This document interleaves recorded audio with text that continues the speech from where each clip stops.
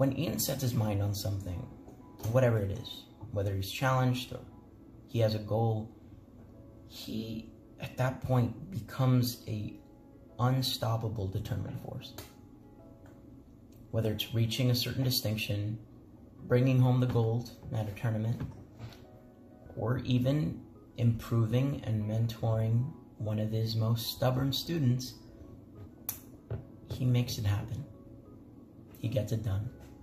The funniest thing Mr. Lampert has ever said was, "Jackson, you're gonna final at state this year." Iain has shaped the community around me by, well, that's an easy one, because you have obviously been a dedicated member of the forensics community. I very much respect how much you put into the community and to teaching your students and to helping out wherever you can. By literally being the reason we have a school. By making everyone a family. Through his ideals, that hard work pays off. Iain has inspired me to work hard for what I want. To advocate for myself. So Iain has helped me a lot with personal growth. And I think I'm like a nicer, more considerate person because of the way that Iain tried to reinforce empathy and kind of inspired me to be more generous and a little bit more considerate of my peers. Iain is the reason I'm going to college for free. Iain has helped me with everything. I'm really grateful to have him as a coach and a mentor and a friend. By making me less scared to perform in front of my classmates. Not only made me a better communicator, a better performer, a better person, but he also completely changed the course of my life to a path I never thought I'd go down, but I'm so grateful that I did. You gave me the confidence, the push, the drive to tell my story, and I appreciate that so much. I love you and thank you for everything. Iain's always there to remind us that all it takes is some hard work to really push yourself to be great. To put myself out there. There are always ways to improve on what you're already good at, and that there's always new things to learn and always new things to try out and to experience. To communicate, but more than that, he's taught me to think, I'd say. Like, not that I didn't know how to think, but... My favorite memory with Mr. Lampert is having him quadruple my 2048 score to win a competition with a friend, and then taking a video of him saying he didn't do it. We just kind of made up this movie called Grump Dog, and Iain was just kind of sitting there making up all the voices and doing all the characters on the spot, and I just remember we were all doubled over laughing. I fell asleep in the mock trial thing, and then you compared me to Brendan Urie, and I was confused. But it was when we were on the plane to Nighthawk. We were sitting there talking for pretty much the entire plane ride about anime, tropes, life, speech, and it was a great time. This year at state quals, when he found out that we had 5 of our competitors in impromptu finals, and the energy with which he skipped across the entire Burbank High School campus to tell us was inspiring. You know, it was one day, one of the first days we met, and you were gone. You were not even in class anymore, dude. And I walked in your class, looked around, wrote on a piece of paper, "Iain, I have your twin brother as hostage," and I put it, and I said, to like get him back, you have to like you have to let me out of your class, like not have to be in your class anymore, and give me an A. And I wrote it on your, your table, and you never responded. What the hell is that about? I'm waiting on the response because I still got your damn twin brother, Mian, over there. So, you're done, Iain. During mock trial in class, when he simultaneously was the bailiff, the judge, and two witnesses. What a man. One time he came to school last year wearing these really ugly shoes that literally everyone hated. And then somebody was like, "Why are you wearing those shoes, Iain?" And he goes, "Because I'm not from Studio City." One time we were in San Francisco, in like a bad part of town, and we went to this Italian restaurant, and I ordered this like meat plate, and at first Iain didn't think it was going to be good, and then he tried some and he really liked it. The countless amounts of Denny's trips that we took after tournaments. Spending about 6 hours maintaining a Italian mob boss accent, along with a couple other people in the car on the way back from Stanford. My first tournament, this is a good one, it's wholesome.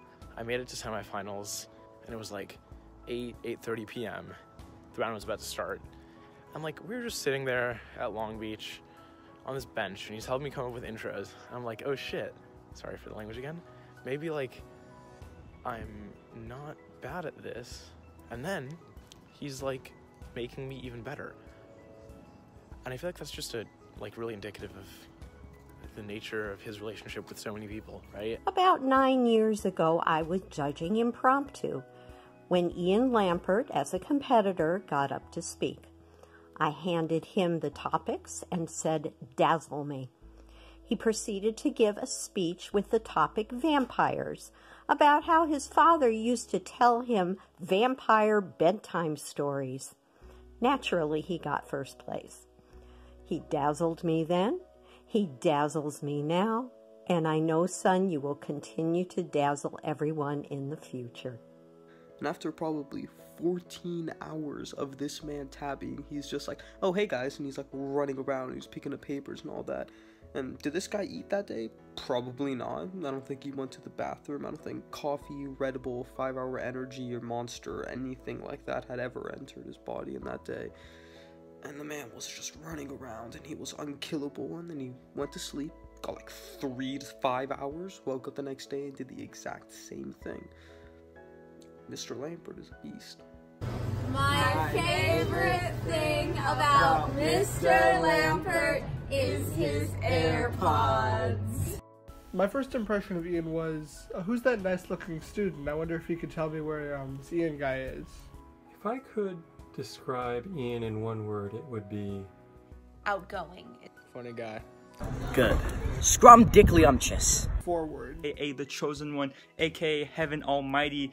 Undying. That man is quite literally unkillable. It would be difficult, because it's so difficult to describe all that Mr. Lampert embodies in a single word. Such a G, dog. I love you. I'll be using 2 words, Mr. and Lampert, to remind him of the responsibility he has as an educator to his students. It would be over-efficient. He's just someone who's so aware of his potential that it's hard for him to not constantly be reaching the maximum of his potential. Perceptive. He has an extraordinary ability to better understand us as people. I just want to say thank you so much for all that you've done. Thank you for being a model of excellence, and most importantly, thank you for being a mentor. Thanks for being you. Thank you for being a great coach and a great mentor. For being a friend. Thank you for making a community that has shaped my high school experience and kind of middle school experience. For giving me a world of opportunities and inspiring me every day to keep pushing and become a better human being. For advocating for us and for checking in. You go above and beyond and go out of your way to make sure that we are okay. For everything he's done for me. I mean, I wouldn't be who I am and where I am in my life without him. So, thank you, Iain. And finally, I can confidently say, by my own standards, that Iain is one of the most unpredictable people I know. From what I've seen, everything he does, his actions always seem to pan out. Either for him or people around him, it just does. And I still haven't figured out how he does that. All I know is that Iain Lampert's impact on my life has been, in a word, staggering.